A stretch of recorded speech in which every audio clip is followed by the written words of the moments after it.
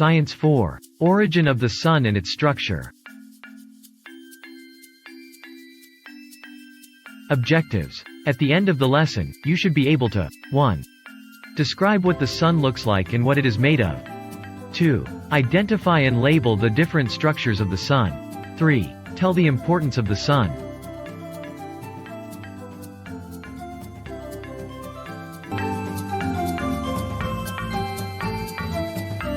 Would you and your friends be able to fly kite at night? This may not be possible at night because you need to see to be able to play well. Thus, you play when the sun is out. Would you be able to do your activities easily if there was no sun? The sun provides you with the light that you need to see what you are doing.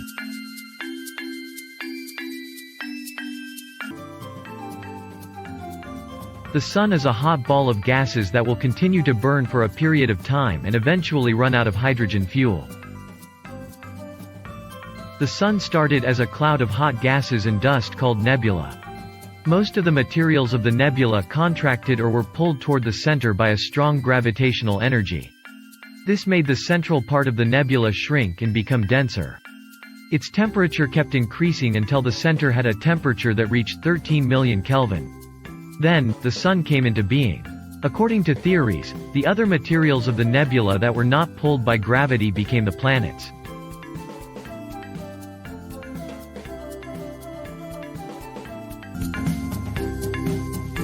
You have learned that the Sun is a medium-sized star. It is a big ball of hot gases. Inside the Sun, two hydrogen atoms combine to produce helium in a process called nuclear fusion. This continuous process makes the Sun bright and hot. The Sun is also called a day star because it can only be seen during the day. Do you ever wonder why it is always hot in the Philippines? Do you know why it is very cold in the North Pole? Look at the picture. The Philippines is located near the equator, where the sun shines directly. Thus, the Philippines and other areas on the equator get most of the light and heat energy from the sun. Meanwhile, the North Pole is located on top of the Earth, where the sun shines the least. This means that the North Pole only receives a small amount of light and heat energy from the sun, thus making it a very cold place. The sun is the power source of life on Earth. Without heat, organisms would freeze to death. Life is impossible to exist at very low temperatures. The light of the sun, on the other hand, allows plants to grow and make food. Without the sun, plants would not survive, and without plants, animals would die because they depend on plants for their food. The light from the sun is called electromagnetic radiation. It is made up of electromagnetic waves with different wavelengths. The Earth's surface receives visible light, radio waves, and some ultraviolet radiation. Others like X-rays, gamma rays, and much of the ultraviolet rays are absorbed by the atmosphere. The ozone layer of the atmosphere serves as a protective barrier from ultraviolet rays of the sun. These rays can cause cancer, cataract, and sunburn.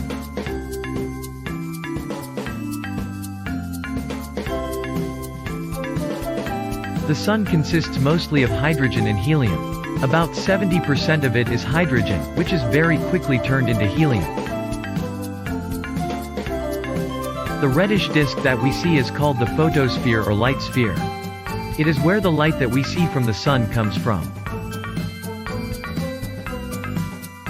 Around the edges of the photosphere is a reddish brilliant layer called chromosphere. This zone is made up of hot gases that make it irregular in shape.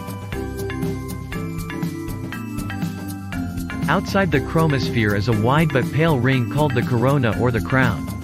This is the outermost layer of the sun. It is also made up of hot gases that are lighter than those in the chromosphere. Corona is only visible from Earth during a total solar eclipse. The innermost layer of the sun is called the core. It is the hottest layer of all the sun's structure. Temperature increases with depth. It is in this layer where nuclear fusion happens. Most of the sun's energy comes from this layer. The radiation zone is found between the core and the convection zone. After the energy is produced in the core, it travels outward through the radiation zone. In this layer, hot gases expand and rise. As these gases get higher, they lose some of their heat, cool down, and sink back to the center. To check how well you understood the lesson, let us have a short exercise. Answer the following questions. 1. Which part of the sun is only visible during a total solar eclipse?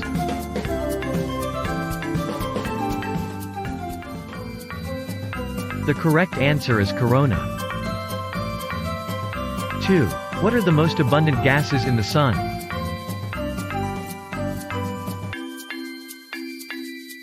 The correct answer is hydrogen and helium. 3. What do you call the innermost layer of the sun?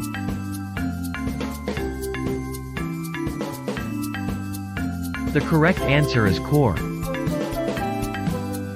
4. In which layer of the sun does the light come from?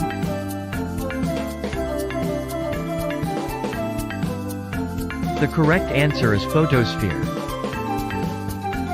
5. What is the major source of energy on Earth?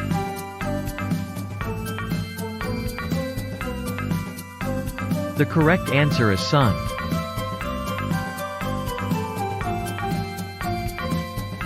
Great job, kids!